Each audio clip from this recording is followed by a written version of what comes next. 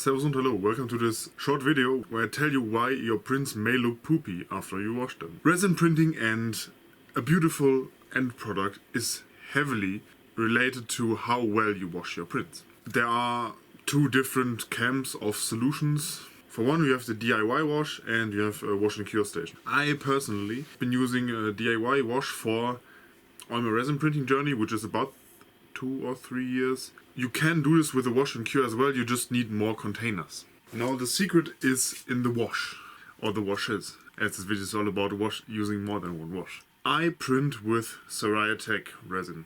They are a well-known brand, they work very well. I print with Sculpt, which is a more viscous and sturdier solution than Fast. I print with that for my minis that I sell, and I print with Fast for prototypes and figurines that don't need a lot of handling. Let's take a bottle. On the bottle it even says, avoid contact with eyes, mouth and skins. Mouths, a very hard word for Germans. Wash with warm water. Contact medical profession if ingested. And 4, best cleaned with 95% ethanol. Not isopropyl alcohol, IPA for short. I got this. This is 10 liters of ethanol, 96.6%, if I remember correctly, yes. I use the cleaning solution that is best suited for my resin.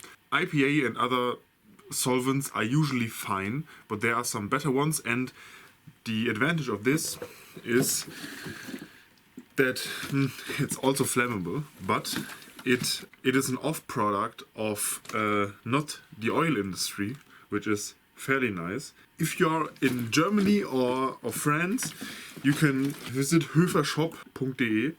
I will link them in the description. This is where I got this from. This is for fireplaces originally, but you can also use it with your 3D printers. The other thing that I use for washing, besides an ultrasonic cleaner that I use to warm up water, are these. You can get these from IKEA, obviously. It's the IKEA 365 Plus 10.6 liters edition. They can go in a dishwasher, they are food safe, but most importantly, they have a rubber lid, which you can close up like this, and if you want to shake things around, it doesn't leak. I have a spare one, just in case I need to do some extraction of things. Just before we go over to the actual washing things, I have a three and a half step process of post-processing my prints. I have a dirty wash, then warm water, then cleaner wash, then super clean wash. This makes sure that you can use the ethanol for the longest amount of time. The majority of resin gets washed off in the first 2 steps, or 3. And then you have a super clean solution that just makes it pop real good. I also use the ethanol in my spray bottle when I want to wipe things off, or with my FDM printers to wipe away fats or something. It's a solvent like IPA, it's just derived from another molecule, I think. Please correct me if I'm wrong. I may be wrong, but it works. Okay, I'm going to be wearing gloves for this because this whole area is sticky, because it's used for resin. Make sure to use natural gloves. If you get a mask, make sure it's rated for organic fumes, and get a mask like this and not like a COVID mask, because they don't work for our application. This is the strainer that I picked up from the store. It was very cheap, but metal and extendable. Also, I'm going to open a window because the ethanol infused resin kind of smells a bit and I don't want it in the house. It's probably good to ventilate anyways. These are my 2 main washes and I have one under the table. And they are on varying degrees of filthiness. This is the dirtiest wash, second dirtiest, least dirtiest. And they go from dirtiest, warm water, less dirty, cleanest. Because I got new ethanol today, I will switch these around, because I will pour it from there into there, and then this becomes the... Just follow me along explaining. Already sounds kind of complicated, but it's really not. You just need more washes, make thing go clean. So I'll just take this and dump it out. Big tub for much resin, dirtiest wash, close it up, no smells, paper stay in there, perfect. This gets to be the second cleanest one. Take my ethanol and just pour it in there. Okay, there was about half of this canister. Ethanol is fairly cheap as well. It's €3.50 for a liter in the 10-liter canisters. Now take my super clean wash, pour in the rest. You don't need to fill these up all the way. This is enough, honestly.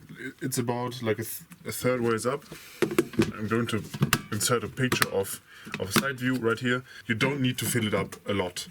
And the rest is reserved for when these evaporate or they get lower or I want some change. I want to change out the ethanol baths.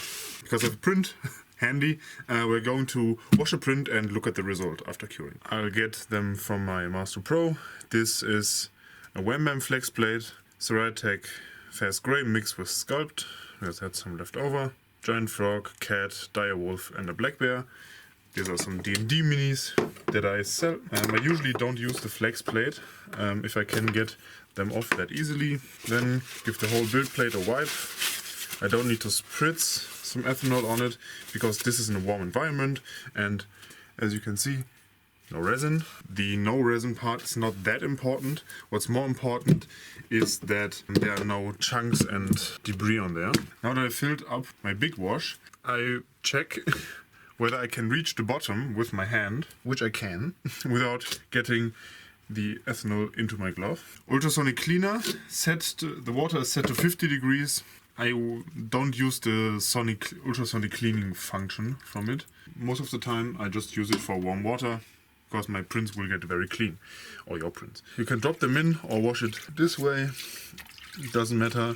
You just need to get the majority of the resin away from your model. You can set it and let it sit in here for longer amounts of time.